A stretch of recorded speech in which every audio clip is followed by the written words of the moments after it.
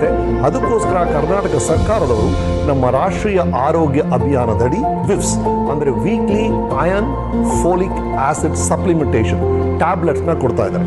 ರಕ್ತಹೀನತೆಗೆ ಇನ್ನೊಂದು ಮುಖ್ಯವಾದ ಕಾರಣ ಜಂತುಹುಳ ನಿವಾರಣೆ ಹೇಗೆ ಮಾಡೋದು?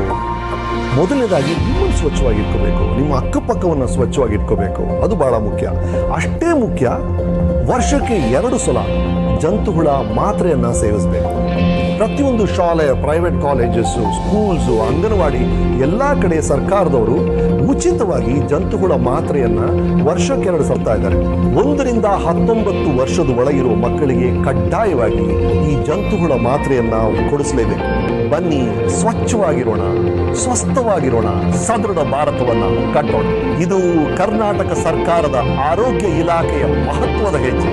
ಬನ್ನಿ, ಎಲ್ಲರೂ ಜೊತೆಗೆ ಕೈ ಜೋಡಿಸೋಣ. ಈ ಕಾರ್ಯಕ್ರಮವನ್ನು ಯಶಸ್ವಿ